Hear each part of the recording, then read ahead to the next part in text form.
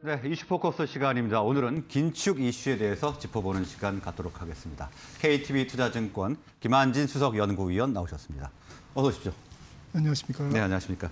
자, 연방준비제도 파월 의장이 연임되면서 이제 파월 연준 2기가 시작됐지 않습니까? 이미 테이퍼링은 시작이 되고 있고요. 금리 인상 전망도 계속해서 나오고 있는데 긴축 좀 빨라질 것으로 예상이 되시나요? 네, 지금 보도되고 있는 여러 자료를 종합해보고 또 어제 발표된 FOMC 의사록이 네. 조금 중요한 힌트를 주는 것 같습니다. 연준 위원들이 상당수가 조금 테이퍼링 속도를 조금 빠르게 가져가야 된다라는 의견이 그 의사록에 담겨 있었습니다. 네. 그리고 그동안 연준 의장이 계속 그 인내심을 조금 발휘하겠다. 그러니까 금리 인상 시기에 대해서는 굉장히 신중한 입장을 보였는데, 네, 마치 늦출 것처럼 이야기하지 않습니까? 그 인내심이라는 단어가 이제 쏙 들어갔고요. 네. 의사록에. 네. 그리고 인내심이 이제 조금 한 번밖에는 이제 그 1회 정도밖에는 이제 언급이 안 됐습니다. 네. 이제 이럴 정도로 기조가 조금 바뀌었다라고 이제 판단이 되고요. 말씀 주셨듯이 파월 의장이 이제까지는 코로나와의 전쟁, 코로나와의 전쟁기에서 가장 중요한 역할을 했죠. 돈을 풀었으니까요. 네. 2기 때는 내년부터는 인플레이션과의 전쟁이 아닌가.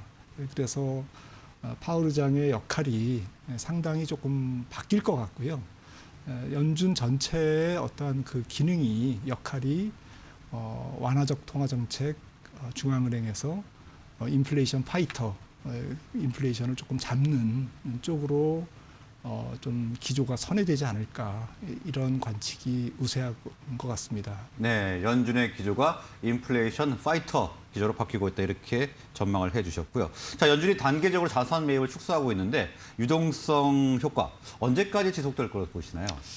네, 돈이 없어서, 유동성이 없어서 주가나 혹은 위험자산 가격, 원유라든지 요즘 암호화폐라든지 네. 이런 위험자산 가격이 못 올라간다라는 의미로 확대 해석하기는 좀 어렵고요. 네. 여전히 유동성은 풍부합니다. 하지만 차트를 한번 보시면 좋겠는데, 네.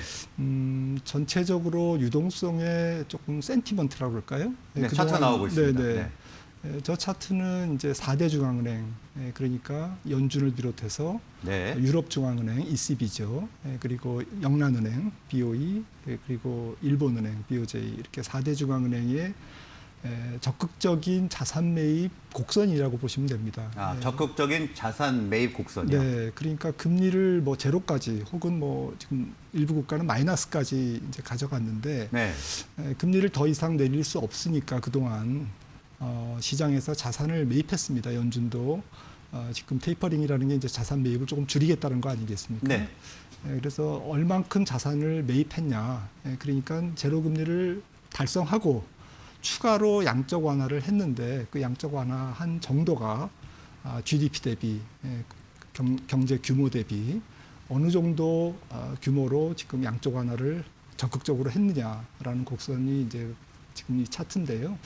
보시는 것처럼 주가 지수랑 상당히 밀접하게 지금까지는 전개돼 왔습니다. 네. 그러니까 돈을 적극적으로 풀었기 때문에. 말씀 중에 속보가 들어왔는데 네네네네. 죄송합니다. 코로나 신규 확진자가 3,938명, 어제보다 조금 줄어들긴 했습니다만 위중증 환자가 더 늘어난 것 같습니다. 612명으로 최다치를 경치를 했습니다. 죄송합니다. 말씀 계속해 주시죠. 아닙니다. 네, 그래서 이러한 그 양적 완화, 적극적인 중앙은행의 통화 정책, 금융 완화 정책이 주식시장을 끌어올린 중요한 이유 중에 하나인데, 앞으로는 이제 테이퍼링을 한다라는 것은 이제 돈을 더 적극적으로는 안 풀겠다. 네. 그리고 내년 6월 이후에는 추가적인 이제 양적 완화는 없다라는 신호지 않습니까? 네. 그러다 보면 이 곡선이 좀 플랫하게 이제 좀 옆으로 이제 횡보하는 그런 횡보하는 모습인가요? 모습을 보이겠죠. 네.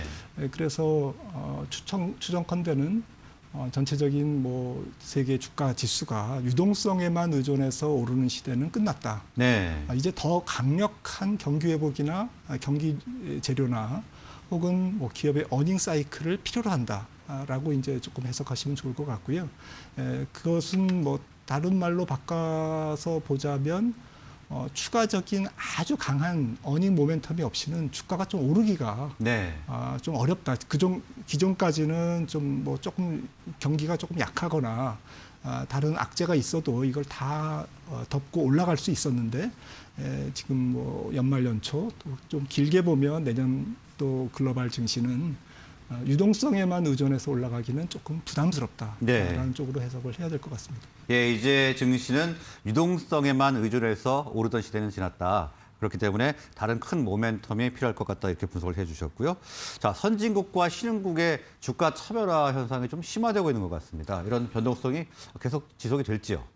네, 변동성이 좀 지속될 것 같습니다. 네. 이 주가 차별화를 국가별로 조금 그 가속시키는 근본 요인이 경기지 않습니까? 네. 또 뭐 구체적으로 말씀드리면 뭐 기업 이익이 될 거고요. 그런데 미국을 비롯한 선진국 기업 이익이 신흥국 기업 이익보다는 조금 좋습니다. 지금까지는. 네. 그런데 이제 앞으로 어떻게 될 것인가가 문제인데 지금 차트에서 보시는 것처럼 작년까지 그러니까 팬데믹 한 그 중간까지는 그 크게 신흥국과 선진국 주가 지수의 차별화가 조금 적었습니다. 예. 올해 들어서 좀 차별화가 커지고 있고요. 특히나 미국과 다른 나라의 주가 차별화가 좀 심한 편이고요. 또 신흥국 안에서도 사실은 올해 뭐 인도라든지 베트남이라든지 뭐 대만 뭐 이런 나라들은 주가가 올랐고 브라질은 뭐 마이너스 10% 이상 밀렸고요. 전체적으로 신흥국 MSCI 신흥국 지수는 거의 보합이었거든요. 네. 뭐 코스피도 뭐 좀 제자리였습니다만 이렇듯 신흥국 안에서도 차별화가 굉장히 심한 양상을 보이고 있는데 이런 상황은 앞으로도 조금 더 지속되지 않을까. 앞으로도요? 네, 왜 그러냐면 첫 번째는 재정 지출의 차이가 좀 큽니다. 선진국은 재정 지출을 많이 풀었고요. 또 내년에도 아무래도 뭐 GDP 네. 규모가 다르니까 그렇겠죠? GDP 대비 규모로도 그렇습니다. 네. GDP 대비 규모로도 신흥국과 선진국의 그 재정 지출 규모가 코로나19 이전에는 뭐 한 7%, 8%포인트 정도의 차이밖에 안 났는데 예.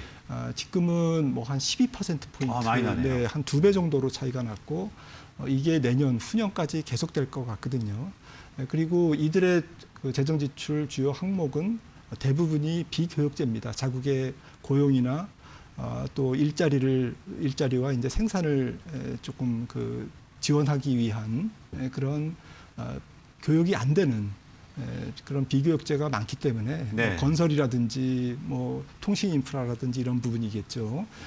그렇기 때문에 일종의 뭐 신흥국 그 수출을 뭐 많이 하는 신흥국의 선진국의 재정 지출의 낙수 효과가 조금 제한적이다라고 볼 수밖에 없는 거고요. 또 내년에는 아무래도 뭐 리오프닝 경제로 뭐 어떻게 될지 모르겠습니다만 간다고 전제를 했을 때는 신흥국은 뭐 조금 좀 경기 회복의 속도가 좀 둔화되고 예. 선진국은 서비스업 중심의 리오프닝 경제의 혜택을 위드 코로나 혜택을 조금 많이 받을 수밖에 없기 때문에 또 미국 같은 경우에는 소비의 70%가 GDP의 70%가 소비고요. 네. 그 소비의 거의 절반 이상이 서비스업이거든요. 근데 이런 측면에서는 미국 경제가 내년도에도 조금 신흥국 경제보다는 조금 좋을 수밖에 없다라고 예. 해석이 됩니다. 네, 변동성이 클 것으로 예상이 되기 때문에 좀 주의 깊게 살펴봐야 될 것 같습니다. 네네. 자, 그리고 오늘 우리 증시로 넘어가면요. 금융통화위원회가 열리지 않습니까? 오늘 네. 금리 인상 전망이 조금 우세한 상황인 것 같은데 만약에 인상이 되면 어떤 영향을 줄까요? 네, 인상이 돼도 뭐 당장 뭐 주식시장이라든지 채권시장에 뭐 직접적인 영향은 조금 적을 것 같습니다. 네. 왜냐하면 이제 선반영됐기 때문에 그런 거죠. 뭐 채권시장은 금리 인상을 좀 기정사실화 받아들이면서 네. 금리가 벌써 떠버렸고요. 주식시장도 최근에 조금 조정을 보이지 않았습니까? 제자리를 보이고 있기 때문에 오늘 금리 인상의 직접적인 효과는 없다라고 네. 이제 좀 일단 진단을 해볼 수 있겠고요. 하지만 이제 추가 금리 인상이 아무래도 남아 있다라고 이제 시장은 해석하기 때문에 거기에 따른 여러 가지 뭐 좀 관련주라든지 또 인플레이션 환경에 대한 대응력 이런 측면에서 주가가 조금 조금 활발하게 차별화를 보이는 그러한 역할은 할 수 있을 것 같습니다. 네, 일단 오늘 뭐 금리 인상은 선반영됐다 이렇게 볼 수가 있겠네요. 그러면은 직접적인 효과는 없고 그리고 추가적인 인상 여부를 잘 살펴보자 이렇게 이해를 하겠습니다. 자, 그리고 우리나라도 이제 통화 긴축 정책에 대비를 좀 해야 될 것 같은데요. 투자 전략 뭐 관심 업종 있으면 좀 말씀을 해주시죠. 네, 좀 첫 번째 포인트로는 이제 그 물가, 특히 기업의 원가가 상승하는 시기이기 때문에 이 원가 상승을 극복할 수 있는지 없는지 이 부분에 따라서 주가 흐름이 조금 좌우될 것 같습니다. 네, 원가의 네. 극복 여부요. 네, 지금 미국 시장에서도 원가 극복을 못하는 기업들은 주가가 지금 뭐 굉장히 안 좋거든요. 뭐 유통업체라든지, 뭐 페덱스라든지 이런 임금을 비롯해서 모든 원가 상승과의 전쟁을 지금 기업들이 시작을 했다라고 볼 수가 있겠고요. 뭐 시장 전체적으로는 이 원가 상승 압박을 이기지 못하면 소위 어닝 서프라이즈가 안 나타나는, 그래서 주식시장이 지지부진할 수밖에 없는 거고요. 업종별로는 어쨌든 원가 상승을 극복할 수 있는 기업을 찾아야 되는데 네. 이러한 기업들이 저희가 볼 때는 내년 뭐 연말 연초를 포함해서 내년도에도 시장 지배력이 큰 빅테크 기업이 되지 않을까. 빅테크 기업. 네, 빅테크 기업은 시장 점유율이 조금 좀 단단하고 그다음에 경쟁력이 있기 때문에 그리고 빅테크 기업들은 원가에서도 좀 자유로운 편이 아닐까요? 맞습니다. 네, 네. 원가 상승에 바로 압박을 받기보다는 네. 전체적인 혁신 성장으로 어떤 새로운 비즈니스 모델을 창출하고 있는 기업들이기 때문에 국영제보다는 조금 원가 상승에서 좀 자유로운 기업이라고 볼 수가 있는 거고요. 예.